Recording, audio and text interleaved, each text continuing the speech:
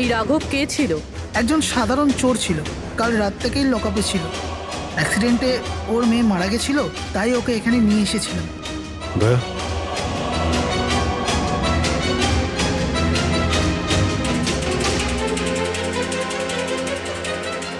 এই যে এখানে তো দরজা আছে। হ্যাঁ, এই দ্বিতীয় দরজার ব্যাপারে আমাদের বলেননি কেন? ইন্সপেক্টর স্যার, এই দরজাটা তো বরাবরই বন্ধ থাকে, না এটা কখনো খোলা হয় না এটা ব্যবহার করা হয়। ইনফ্যাক্ট আমরা তো এর ব্যাপারে ভুলেই গেছিলাম। তোমরা ভুলে যেতে পারো, কিন্তু খুনি খুব ভালো করেই দরজার ব্যাপারে জানতো। চলো এগিয়ে দেখি কত দূর যাওয়া যায়।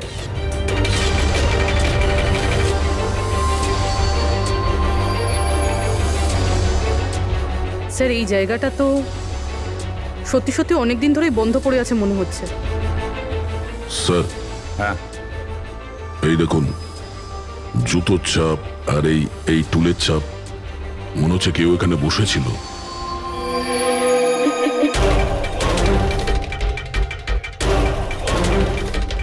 স্যার, হ্যাঁ, স্যার এইদিকে যাওয়ার একটা রাস্তা আছে।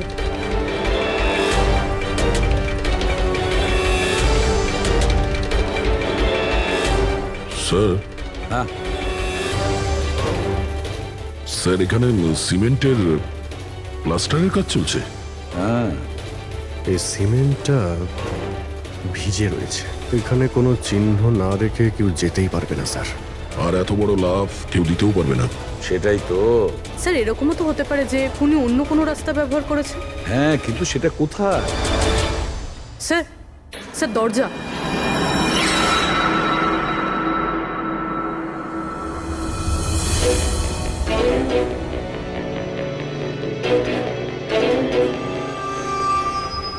সামনেই সিকিউরিটি কেবিন। এখান থেকে তো বেরোনো অসম্ভব। সেটাই তো। তাহলে যেতে পারে কোথা দিয়ে? স্যার এই খুনি কিন্তু বেশ ভালো প্ল্যান বানিয়েছিল। হ্যাঁ, কিন্তু একটা প্রশ্ন থেকে যায়, একটা সাধারণ চোরকে মেরে ফেলার জন্য এত বড় প্ল্যানিং আর এত বড় ঝামেলা করার কি দরকার তার? আর কেনই বা করবে? হ্যাঁ স্যার, রাঘব তো পুলিশ কাস্টাডিতেই ছিল। ওকে মারার প্ল্যানিং এখানে কেন করলো, তাও হসপিটালের মর্গের মধ্যে? আর তারপর খুনি বা জানলো কি করে যে ওর মেয়ের আজকেই অ্যাক্সিডেন্ট হবে আর ওর বডিকে এখানে নিয়ে আসা হবে? গন্ডগোল আছে অভিজিৎ, অনেক বড় গন্ডগোল আছে। এই রাধিকা আর ওর বাবা রাঘবের মাঝখানে কোনো না কোনো আলাদা সম্পর্ক নিশ্চয়ই আছে। তা একটা কাজ করো, রাধিকার অ্যাক্সিডেন্ট আর ওর বাবা রাঘবের খুন, এই দুটো কাজ করার মধ্যে কিসের যোগাযোগ আছে খোঁজ নাও। স্যার, আর অভিজিৎ, দেখো তো একটু এই হসপিটাল চত্বর ঘুরে যে খুনি এখান থেকে গেল কিভাবে আর কোন রাস্তা দিয়ে।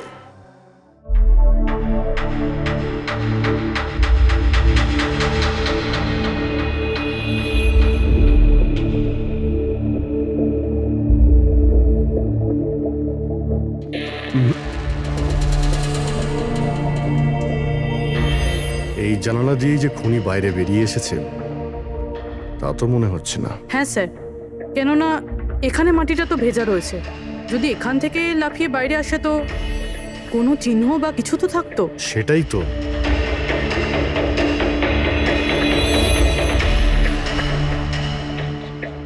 ওখানে মর্গের রুমের বাইরে সিমেন্ট ভিজে, ওখানে কোনো চিহ্ন নেই।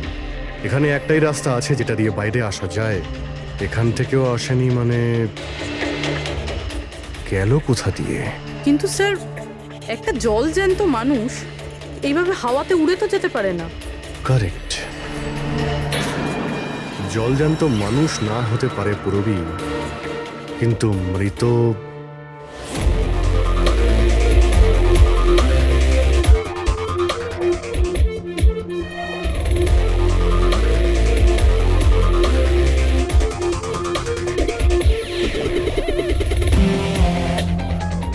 স্যার এই মেঝেতে যে জীবাণুনাশক কেমিক্যাল স্প্রে করা হয়েছে এর ওপর জুতোর ছাপ রয়েছে। মানে খুনি যদি রাঘবকে খুন করে এই দরজা দিয়ে বাইরে বেরিয়ে যায় তাহলে তার কেমিক্যাল লাগা জুতোর চিহ্ন ওখানেও থাকা উচিত। এখানটায় দেখো তো।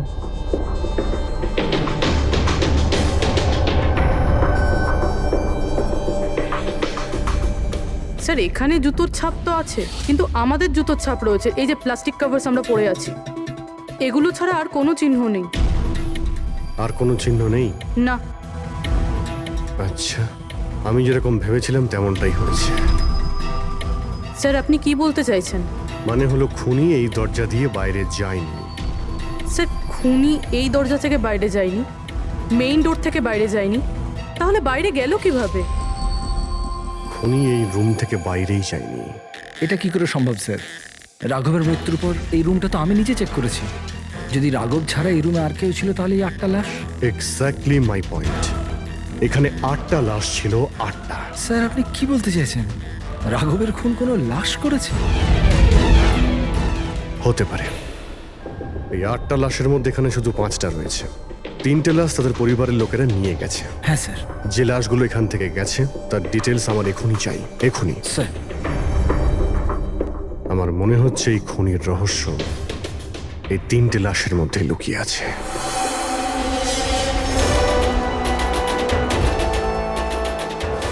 ওই অ্যাক্সিডেন্টটা এখানে হয়েছিল। ওই চায়ের দোকানদারকে জিজ্ঞাসা করি, হতে পারে কিছু দেখেছে। আচ্ছা দাদা, আজ সকালবেলায় এখানে একটা অ্যাক্সিডেন্ট হয়েছিল, কিছু বলতে পারেন সেটার সম্বন্ধে? সাহেব, উনি এখানে পাশেই কাজ করতেন। উনি রোজ চা খেতে আমার এখানে অবশ্যই আসতেন। আজকেও চা খেয়ে উনি আমার এখান থেকে বেরোচ্ছিলেন, এমন সময় অ্যাক্সিডেন্ট হয়ে গেল। সাহেব কিছু বুঝতেই পারলাম না ওই গাড়িটা কোথা থেকে এখানে এলো আর ওকে ধাক্কা দিয়ে গেল। গাড়ির নম্বরটা দেখেছেন আপনি? সাহেব সবকিছু এত তাড়াতাড়ি হয়ে গেল, নাম্বার দেখার সুযোগই পাইনি। আচ্ছা গাড়িটা কি ছিল দেখেছিলেন? সাদা রঙের বড় গাড়ি ছিল স্যার। ও একলা ছিল না ওর সাথে অন্য কেউ ছিল? এসেছিলেন তো একা একাই। না স্যার, ও একা ছিল না, ওর সঙ্গে আরেকটা মেয়ে ছিল যে অন্ধ ছিল, আর রাধিকা দিদি তাকে রোড ক্রস করাচ্ছিল যখন অ্যাক্সিডেন্ট হয়েছে। ওই মহিলাটা দেখতে পেতেন না? তাহলে ওরও চোট লেগেছে। কোথায় গেছে ও? সেটা তো জানি না স্যার, অ্যাক্সিডেন্টের পরেই ও উধাও হয়ে গেল। স্যার আমার মনে হচ্ছিল যে ও নাটক করছে। প্রথমে তো ঠিকঠাকই দাঁড়িয়েছিল, তারপর দিদিকে দেখে ও সাহায্য চাইলো। এটা হতে পারে যে ওই মহিলা যে কোনোভাবেই হোক রাধিকাকে মাঝ রাস্তায় নিয়ে যেতে চেয়েছিল, সেই কারণেই ও চা খাওয়ার জন্য অপেক্ষা করছিল, আর সবাইকে ছেড়ে ও ওর কাছেই সাহায্য চেয়েছে। রাধিকা ওই মহিলাটিকে নিয়ে ডিভাইডারের কাছে যাওয়ার পরেই মহিলাটি গায়েব হয়ে গেছে। তারপরে ওই গাড়িটা রাধিকাকে মেরেছে। তার মানে এটা কোন অ্যাক্সিডেন্ট নয়, খুন? এখন তো এরকমই কিছু মনে হচ্ছে। কিন্তু স্যার কেউ রাধিকাকে কেন খুন করবে? সেটাই তো জানতে হবে। রাঘব আর রাধিকার এই দুজনের মৃত্যুর কারণ কিছু বুঝতে পারছি না। রাঘব, এক মিনিট, এই রাঘব জেলে ছিল, আর ওখানে ওকে কেউ মারতে পারতো না। আর রাধিকাকে মেরে রাঘবকে সেখানে পাঠিয়েছিল যেখানে ওকে মারার ব্যবস্থা করেছিল, মর্গ। এক্স্যাক্টলি। কিন্তু স্যার রাঘব তো একটা সামান্য চোর ছিল, ওকে মারার জন্য এত বড় প্ল্যানিং? ফ্রেডি নিশ্চয়ই এই মামুলি চোরের কাছে এমন কিছু ছিল যেটা মামুলি নয়। আচ্ছা, কালকে এখানে ডিউটিতে গেছিল? আমি ছিলাম স্যার, আর আমার সাথে এই 2 কনস্টেবল। আমরা রাঘবের পুরো ডিটেলস চাই। আচ্ছা এটা বলুন যে ওকে কোন অপরাধের জন্য গ্রেপ্তার করা হয়েছিল? আমরা ওকে গ্রেপ্তার করিনি, কাল রাতেও নিজেই এখানে এসেছিল। নিজে এসেছিল? আমরা ওকে গ্রেপ্তার করিনি, কাল রাতেও নিজেই এখানে এসেছিল। নিজে এখানে এসেছিল? আমি স্যারের সঙ্গে টাকার কথা বলছি, তুই আমাকে ইনফরমেশনটা বল। বল। না, আমি এখন বড়বাবুকেই বলবো। এটা বল, স্যার কোথায়? তুই আমাকে বল না। না না, আমি স্যারকেই বলবো। কুশল, কিসের তর্ক বিতর্ক চলছে এখানে? নমস্কার স্যার। রাঘব, তুই এখানে কি করছিস? স্যার, রাঘব বলছে ও অনেক বড় ইনফরমেশন নিয়ে এসছে। আচ্ছা ঠিক আছে, ওর কাছ থেকে ইনফরমেশন নিয়ে নাও। কিন্তু স্যার ও টাকা চাইছে।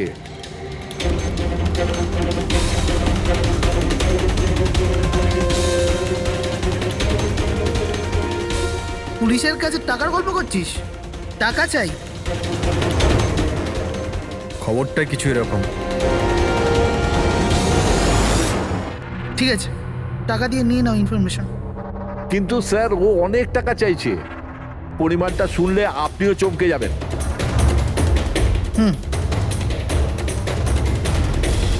বল, কত দাম তোর ইনফরমেশনের? 3 কোটি। আরে 3 কোটি? এমন কি ইনফরমেশন ছিল ওর কাছে যে এত টাকা চাইছিল? জানি না স্যার, ও কিছু বলেনি। হ্যাঁ, এটা বলছিল যে কয়েক হাজার লোকের জীবনের প্রশ্ন, কিন্তু বলবে তখনই যখন ও 3 কোটি টাকা নেবে। স্যার কালকে রাতে তো ওকে আমি লকআপে রেখে দিয়েছিলাম, ভেবেছিলাম যে সকাল হলেই ওকে আমি আমার মতো করে জিজ্ঞেস করব। ঠিক তখনই ওর মেয়ের ব্যাপারে আমরা জানতে পারলাম, আর আমরা ওকে নিয়ে মর্গে চলে গেলাম। স্যার, এমন কি রহস্য ছিল ওর কাছে যার উপরে হাজার হাজার মানুষের প্রাণ নির্ভর করছিল, আর যার জন্য ওর নিজের এবং ওর মেয়ের প্রাণটাও গেল? আগে তো আমাদের এটা জানতে হবে যে এই রাঘব কালকে কোথায় কোথায় গেছিল আর কার কার সঙ্গে দেখা করেছিল, আর সারা দিন ও কি করেছিল। স্যার দিনের কথা তো জানি না, কিন্তু রাতে ওর রোজকার মতো নেশাতেই ছিল। আমরা ওর ফাইলটা চাই। হ্যাঁ স্যার। এই লোকটা এখানে আসে দেখেছেন? হ্যাঁ আছে স্যার, আপনি ম্যানেজারকে জিজ্ঞেস করুন। ম্যানেজার কোথায়? ওপরে।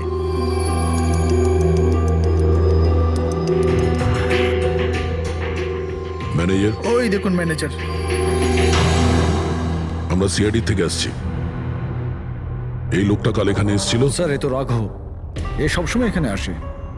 এই লোকটা কাল রাতে এখানে এসেছিল কিনা? হ্যাঁ স্যার, কাল রাতে এসেছিল, আর কাল মোটামুটি 11টা অব্দি এখানেই ছিল। ওর ব্যবহার কেমন ছিল? সবসময়ের মতো চিন্তায় ছিল। চিন্তিত ছিল? কিছু বলেছিল? কি কারণে চিন্তিত ছিল? জুয়া খেলে খেলে একেবারে ধারে ডুবেছিল। স্যার আমাদের এখানেও প্রায় 5,000 টাকা ধার নিয়েছে। কালই বলেছিলাম ওকে যদি পুরনো টাকা না দাও তাহলে এখানে কোনো খাওয়া দাওয়া পাওয়া যাবে না। তখন ও কি বললো? বলেছিল মিটিয়ে দেবে। কিছু নতুন কাজ করতে যাচ্ছিল। নতুন কাজ? কি কাজ? সেটা বলেনি স্যার। ঠিক আছে, থ্যাংক ইউ। স্যার, এই এই রাঘব এমন কি কাজ করতে যাচ্ছিল যে ওর সব ঋণ শোধ হয়ে যেত? আর পুলিশ স্টেশনে গিয়ে বলেছিল যে ওর কাছে বিশেষ একটা ইনফরমেশন আছে, 3 কোটি চেয়েছিল তার জন্য। যাই ঘটেছে রাঘবের এখান থেকে বেরোনোর পর আর পুলিশ স্টেশনে যাওয়ার আগে জানার চেষ্টা করি যে রাঘব এখান থেকে বেরোনোর পর কোথায় কোথায় গেছিল।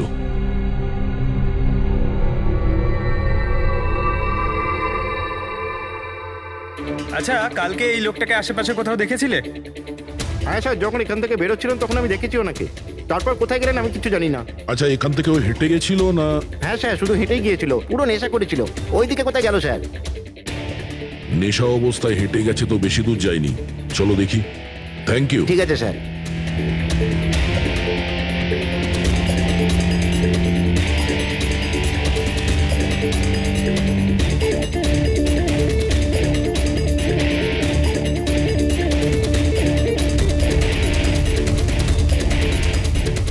দেখেছো একে? হ্যাঁ স্যার দেখেছি, একটু এগিয়ে যে গলিটা আছে না, ওখানেই যাওয়া আসা করে।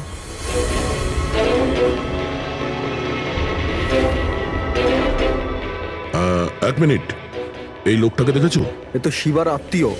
কাল রাতে জোরে জোরে দরজা ধাক্কা দিচ্ছিল আর শিবা শিবা করে চেঁচাচ্ছিল, পুরো পাড়াকে জাগিয়ে দিল স্যার। এই শিবা থাকে কোথায়? স্যার 3-4টে বাড়ি পর বাঁদিকে সবুজ রঙের একটা দেওয়াল আছে, ওটাই ওর বাড়ি।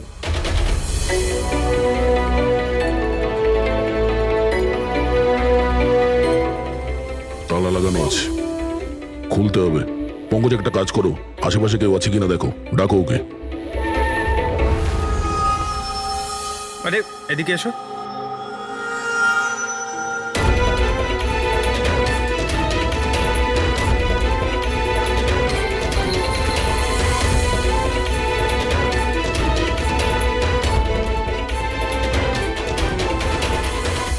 মনে হচ্ছে ঘর খালি করে ও পালিয়ে গেছে এখান থেকে। কোথায় ও? শিবা কোথায়? হ্যাঁ স্যার ওর তো কোনো খোঁজ খবর থাকে না, যে কোনো সময় আসে যে কোনো সময় যায়। আচ্ছা, কোনো আইডিয়া আছে কোথায় পাবো ওকে? স্যার ওই বস্তির পেছনে ওর ওর আত্মীয়র বাড়ি আছে, ওখানে পাওয়া যেতে পারে, ওখানেও যায় আসে।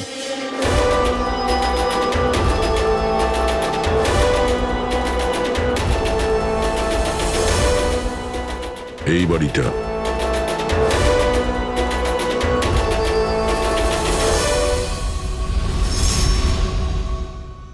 আপনি শিবার আত্মীয়? হ্যাঁ স্যার, আপনারা? এই শিবা এখানে আসা যাওয়া করে কি? হ্যাঁ স্যার, কখনো কখনো। মাঝে মাঝে? আজ আসতে পারে? বলতে পারবো না স্যার। বলতে পারবেন না? Thank you very much. এই করণের লাশ তো অরিজিনাল ছিল, এখন বাকি দুজন, টনি আর সুনীল। এবার এদের মধ্যেই কোনো একজন আছে যে ডাবল মার্ডারের রহস্য ভেদ করতে পারে। এই টনির ডেথ সার্টিফিকেট দিয়েছে ডক্টর বিক্রান্ত। এই বিক্রান্তের কাছে তুমি যাও, দেখো টনির ব্যাপারে উনি কি বলেন, আর আমি সুনীলের ব্যাপারে খোঁজ নিচ্ছি। স্যার,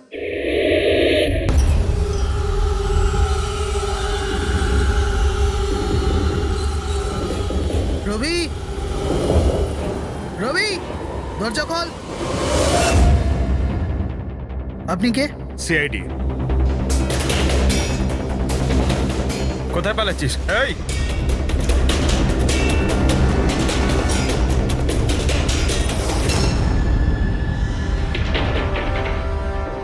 চল। স্যার, আপনারা আমার পেছনে কেন পড়ে আছেন? আমি কিছু করিনি। আমাকে মারবেন না। দেখুন, আমি চুপ। এখন এটা বল, ওই রাত্রে রাঘব যখন তোর বাড়িতে এসেছিল তখন কি হয়েছিল? স্যার, আমি রাঘবকে নিয়ে গেছিলাম মালাডের কমল সোসাইটিতে। ও চুরি করতে গেছিল, তাই ও একটা বাড়িতে ঢুকে পড়লো, কিন্তু আমি জানতাম না ও কোন বাড়িতে গেছিল। আমি ওখানেই মোটরসাইকেলে ওর জন্য ওয়েট করছিলাম। কিছুক্ষণ পর ও যখন এলো তো ও অবাক হয়েছিল, বলছিল যে ভেতরে ও কিছু পেয়েছে। কি পেয়েছিল? ও ওখানে বোম। কি?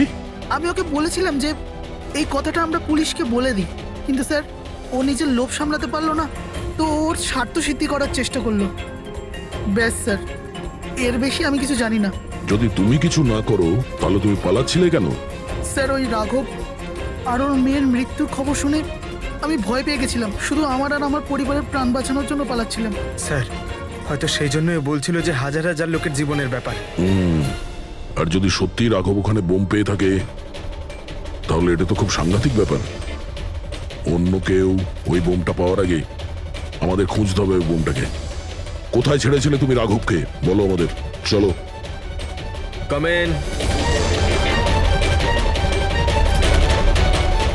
ডক্টর বিক্রান্ত, হ্যাঁ বলুন। আমি সিআইডি থেকে এসেছি। সিআইডি? বসুন। না, ঠিক আছে। এই এই টনির ডেথ সার্টিফিকেট আপনি ইস্যু করেছিলেন? হ্যাঁ, আমি ইস্যু করেছিলাম।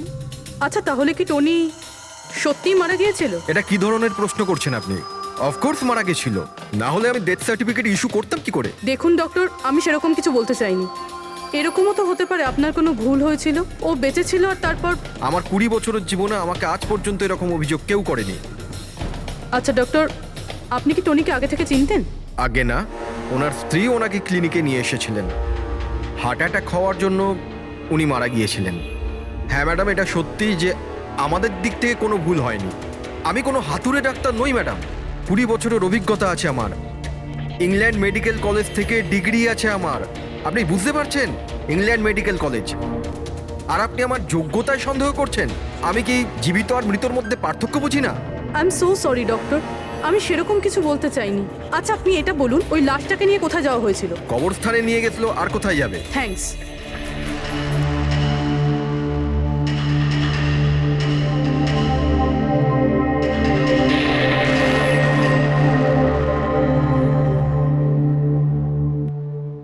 হ্যাঁ পুরবি, কি জানতে পারলে? স্যার, এই ডক্টর বিক্রান্ত যে টনির ডেথ সার্টিফিকেট ইস্যু করেছিল, এ কেমন অদ্ভুতভাবে কথা বলছিল। বলছিল যে সে তার ডিগ্রি ইংল্যান্ড মেডিকেল কলেজ থেকে পেয়েছে। England medical college? হ্যাঁ স্যার। স্যার, এই নামের তো কোনো কলেজ নেই। আমি ইন্টারনেটেও চেক করেছি। তাহলে আমাকে এরকম কেন বললো? আমার মনে হচ্ছে ও কিছু লুকোচ্ছে। স্যার, আমারও তাই মনে হয়। আমি একটা কাজ করছি, আমি খোঁজ নিচ্ছি। দেখো, এই কেসটা কিন্তু খুব বিপজ্জনক, বুঝেছো? তুমি একা কিছু করতে চেও না। তুমি তোমার লোকেশন পাঠাও, আমি এক্ষুনি যাচ্ছি। ওকে? ঠিক আছে স্যার।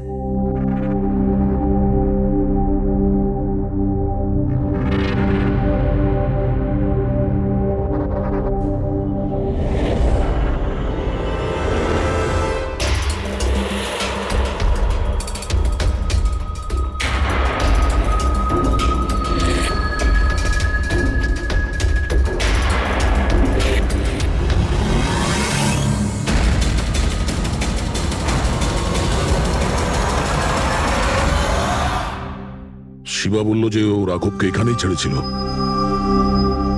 এখানেই আশেপাশে কোথাও জিজ্ঞাসা করিনি? আপনাদের যা যা সাজেশন আছে আমাদের বলতে পারেন। মনে হচ্ছে কোনো মিটিং চলছে ভেতরে। একটুখানি সেটা একটু দেখে মেইনটেনেন্সটা নেওয়া বাড়িয়ে নিলে। এক্সকিউজ মি, আমরা সিআইডি থেকে আসছি, আপনার কাছে কিছু জিজ্ঞাসাবাদ করব। রাঘব নামের আপনাদের মধ্যে কেউ একে দেখেছেন? না স্যার। কাল রাত আপনাদের মধ্যে কারোর বাড়িতে চুরি হয়েছে? কাল আই ডোন্ট থিঙ্ক সো। কিন্তু আপনারা এখানে কি খুঁজছেন? দেখুন, আমাদের কাছে পাকা খবর আছে যে এই লোকটা আপনাদের মধ্যে কারোর একজনের বাড়িতে চুরি করেছে। স্যার, যদি আমাদের মধ্যে কারোর বাড়িতে চুরি হয়ে থাকে তাহলে আমরা জানতাম না নাকি? জানতে পারতেন, কিন্তু আপনারা যদি আমাদের মিথ্যে কথা বলেন তাহলে আমরা জানবো কি করে? আমাদের আপনাদের সবাইয়ের ঘরের তল্লাশি নিতে হবে। নিতিন বাবু, let's cooperate with CID. Sir, আপনারা তল্লাশি নিতে চান, আপনারা করুন তল্লাশি, আমাদের কোনো প্রবলেম নেই। ঠিক আছে, মনে হচ্ছে তল্লাশি করে কোনো লাভ হবে না। বোম এখান থেকে সরিয়ে দেওয়া হয়েছে। এতক্ষণে বম্ব হয়তো টার্গেটে পৌঁছেও গেছে। তাহলেও এদের মধ্যে কেউ না কেউ মিথ্যে কথা বলছে। একটা কাজ করো, এদের সবার ডিটেলস বার করো। বোম না হোক, বারুদ কিংবা অন্য কোনো প্রমাণ নিশ্চয়ই পাবো। আমাদের কাছে সময় খুব কম, তাড়াতাড়ি করো।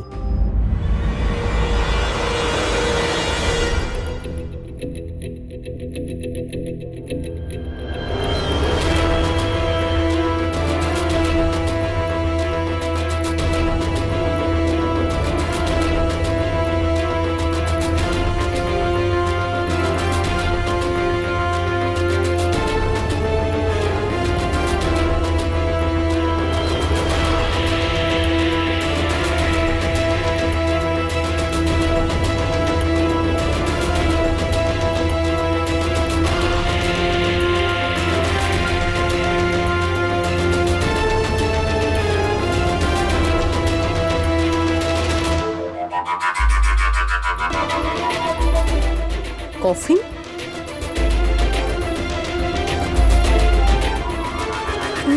টনির লাশ এখানে?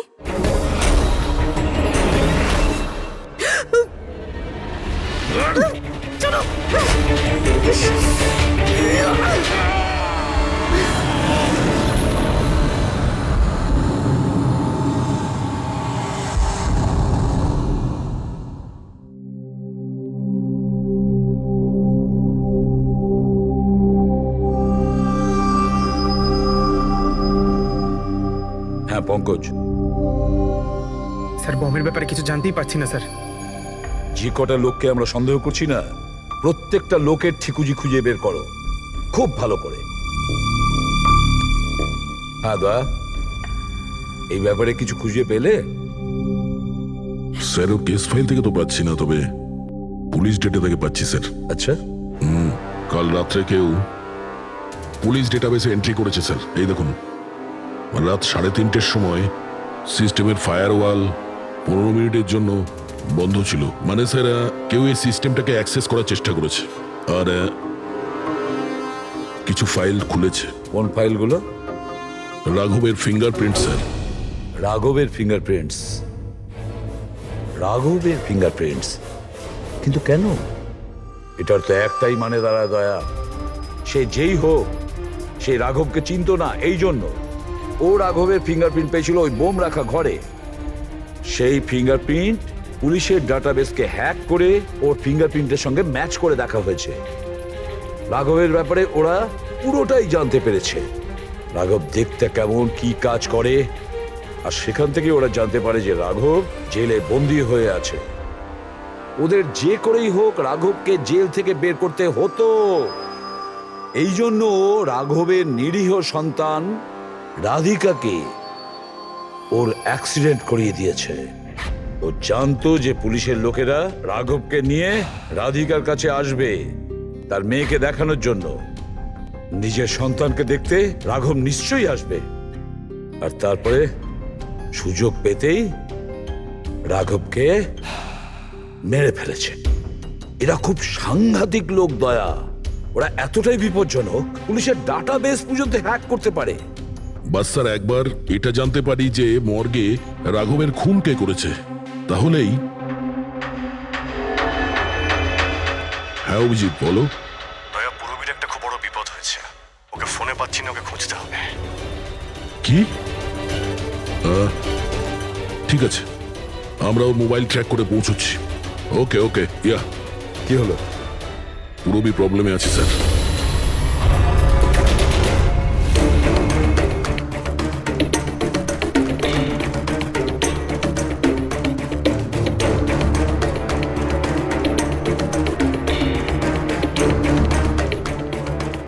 লোকেশন তো এটাই বলছে। চলো।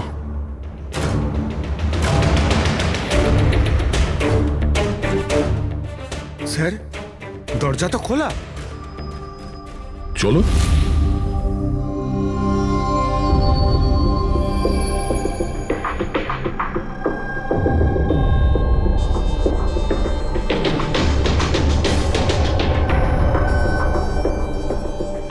এখানে তো কেউই নেই।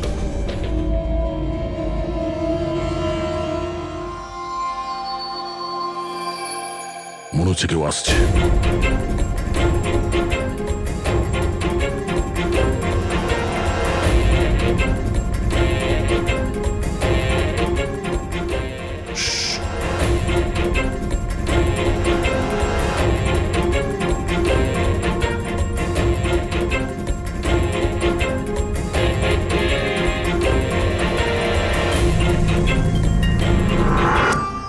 অভিজিৎ, তুমি? আমি পুরবীর মোবাইল ট্র্যাক করে এখানে এসেছি। পুরবী কোথায়? পুরবী তো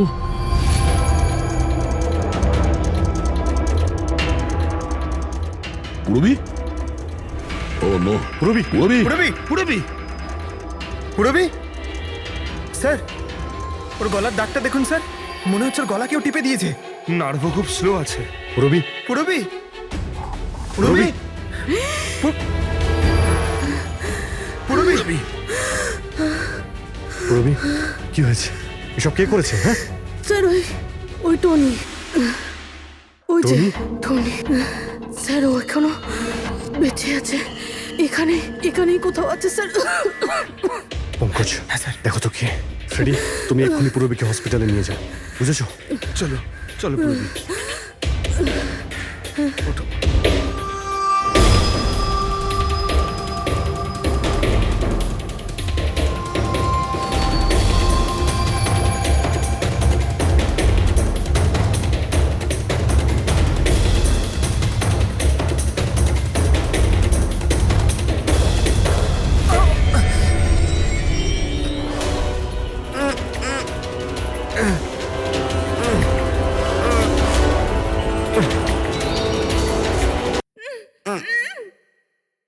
আমার স্বামী। ভয় পাবেন না, আমরা সিআইডি থেকে। সাবধানে।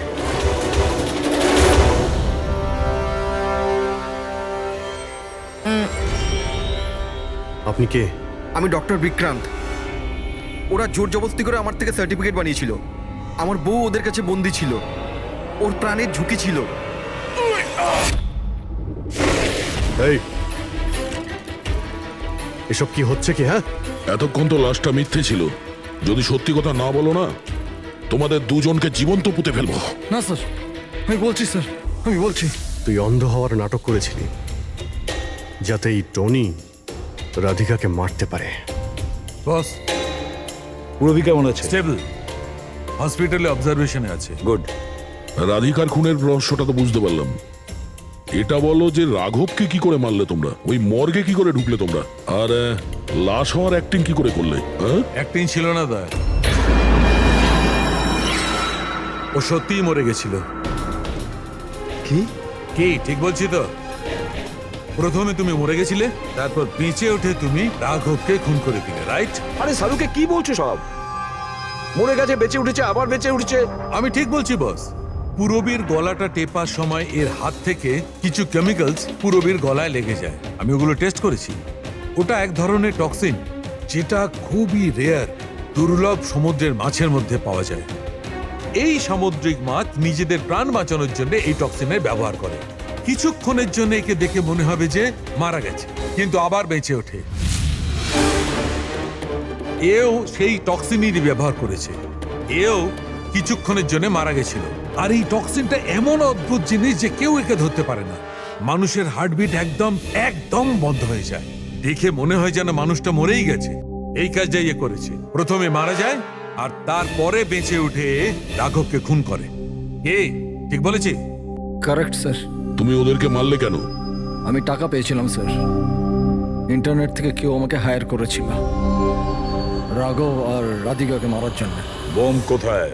বম কোথায় আমি জানি না স্যার। কে হায়ার করেছে তোমাদের?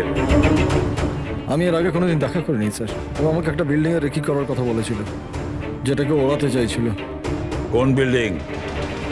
DT pharma company limited.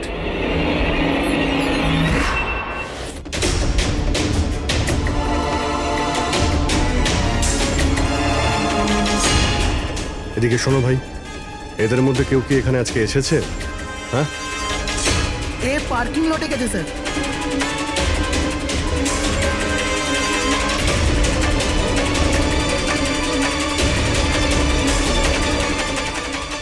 Sir এই পার্কিং লটটা তো অনেক বড়, বম খুঁজতে তো কয়েক ঘন্টা লেগে যাবে।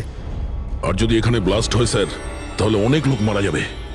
কিন্তু ওই বোমটা কোথায়? তাড়াতাড়ি খুঁজতে হবে বোমটা। একটা কাজ করো পঙ্কজ, ফেডরিক, তোমরা ওই দিকটা যাও, আমরা এই দিকটা দেখছি। খুব ভালো করে দেখো।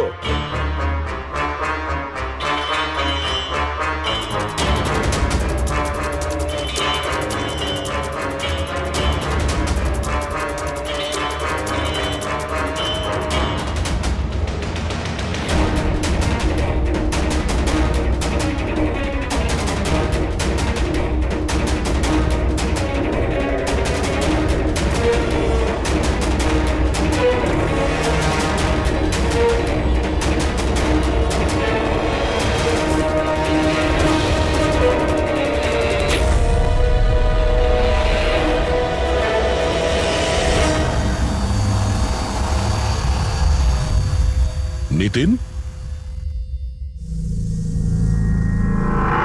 সিআইডি এগোবে না কেউ বলে দিলাম। টিকা টিকা টিপে দেবো আমি, ছাড়বো না আমি কাউকে। চলুন স্যার, ওকে ধরো।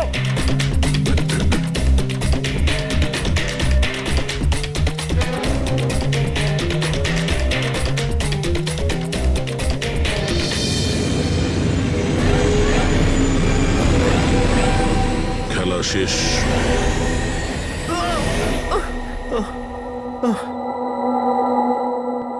বলো নিতিন, কেন বোম দিয়ে এই বিল্ডিংটাকে উড়িয়ে দিতে চাইছিলে? বিল্ডিং নয়, বিল্ডিং নয়, কোম্পানি এটা। স্বপ্ন আমার, পরিশ্রম আমার। এটাকে আমি জমি থেকে আকাশ পর্যন্ত তুলেছি। রক্ত ঘাম এক হয়ে গেছে এটা করতে আমার। আর এরা সব কৃতজ্ঞতা স্বীকার তো দূরে থাক, আমাকে বের করে দিয়েছে ওই বোর্ড অফ ডিরেক্টর। আমি বানিয়েছি ওকে, আমি। আর উনি উনি আমাকেই বের করে দিয়েছেন। কি অবস্থা করেছে আমার। প্রতিশোধ তো নিতেই হতো। কিছু লোকের প্রতি প্রতিশোধ নেওয়ার জন্য তুমি এই পুরো বিল্ডিংটাকে উড়িয়ে দিতে চাইছিলে? হ্যাঁ, এই বিল্ডিং এ যে সমস্ত নিরীহ লোকেরা আছে তারা কি ক্ষতি করেছিল তোমার?